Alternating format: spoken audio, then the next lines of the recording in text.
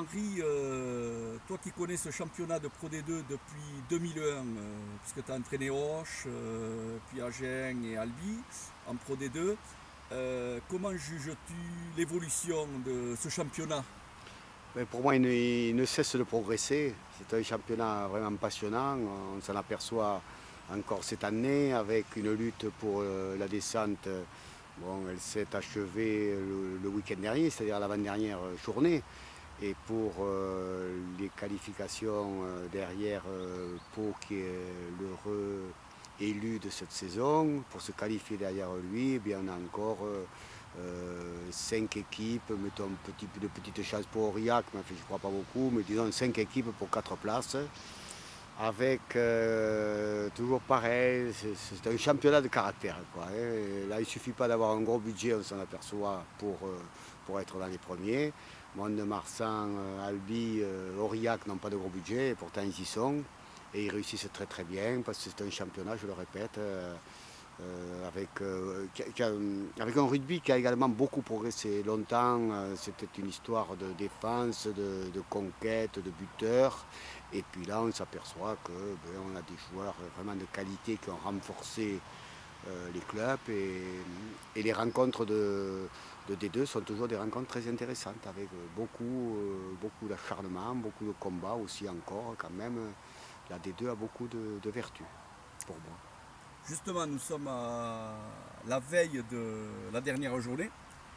Et qui est favori pour accéder aux demi-finales? Bon, oui, c'est très difficile. Je prends mon petit carnet. On a Mont-de-Marsan qui va à Béziers. Mont-de-Marsan, à l'heure actuelle, à 82 points.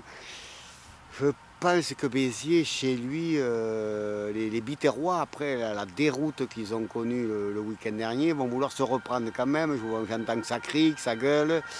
Les Montois sont déjà sûrs de recevoir chez eux. Alors peut-être que les Montois se réserveront un petit peu, et bon, je mets un bonus défensif pour Mont-de-Marsan, ce qui les ferait terminer à 83 points.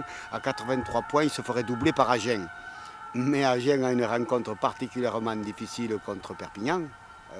Après, Agen à Armandie, quand même, le public d'Armandie, c'est un des publics les plus beaux de France. Et je vois Agen l'emporter. Donc Agen, à ce moment-là, Agen sans bonus offensif, aurait 84 points, et à ce moment-là finirait second. Derrière eux, donc Perpignan, à ce moment-là, Perpignan qui va à Agen, je lui donne quand même un bonus défensif. Donc finirait à 79 points. Albi pour moi va battre Pau, parce que Pau actuellement est complètement démobilisé, on l'a vu encore le week-end dernier. Et je donne un bonus offensif à Albi, ça donnerait 81 points. Reste Biarritz qui est actuellement à 76 points, qui sera à Dax. Alors là, je sais très très bien que Dax, normalement, est condamné à la descente. Attention quand même aux Dacois. Pourquoi? Parce qu'il est très possible qu'un club soit relégué financièrement. Peut-être on parle de plus en plus d'une fusion. Donc les Dacois ont intérêt quand même à gagner ce match-là. Je crois que d'ailleurs ils voudront le gagner par rapport à leur public, par rapport à leurs supporters, par rapport aux derniers fidèles, aux vrais fidèles, puisque ce sont ceux qui sont en train de supporter une équipe qui est en difficulté.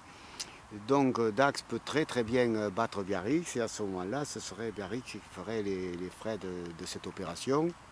C'est-à-dire qu'on aurait un Agen à 84, un Mont-de-Marsan à 83, un Albi à 81 et Perpignan à 79. Donc des oppositions entre Agen et justement Perpignan. On recommencerait le match de dimanche dernier, et Mont-de-Marsan contre Albi, quoi.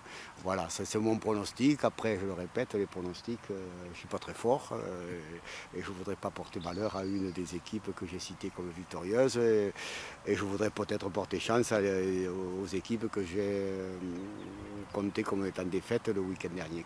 En fait, ce que je veux dire là, ça va se jouer à très très très peu de choses.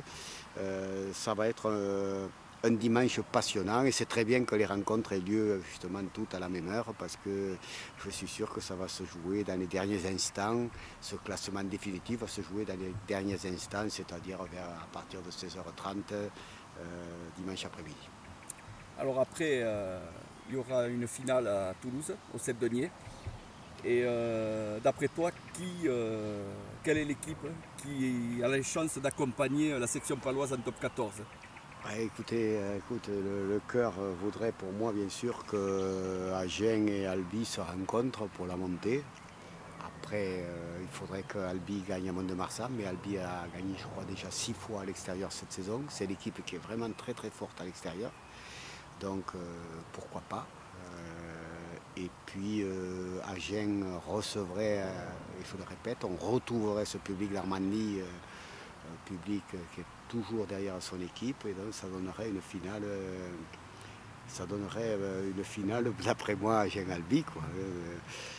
Et elle serait extraordinaire, bien sûr, parce que Toulouse étant juste au milieu entre Agen et Albi, je suis sûr que le stade serait comble, ce serait une très très grande fête.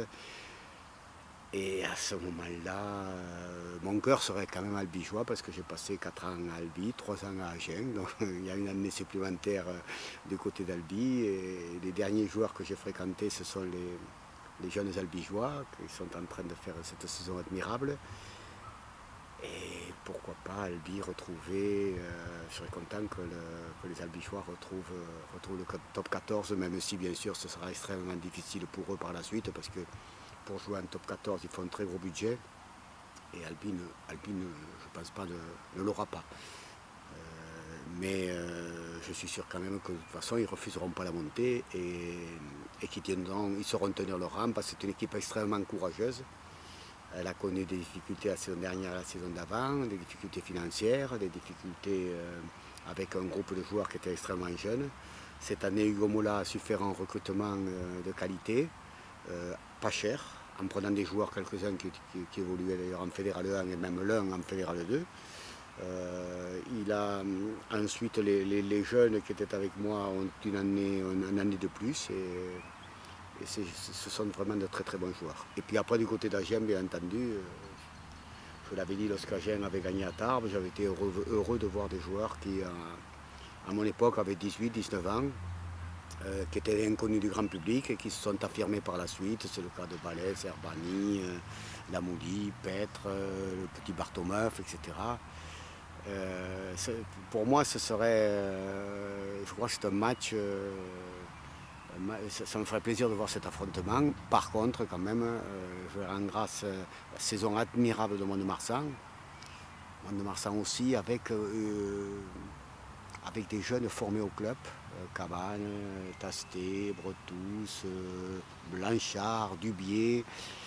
Ça prouve qu'en des deux, quand même, on donne leur chance à des joueurs issus des écoles de rugby.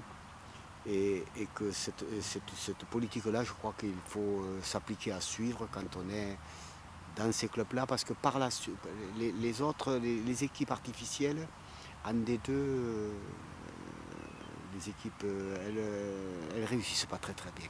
Je crois qu'il faut encore, c'est une division où l'amour du maillot compte autant que les euros, quoi.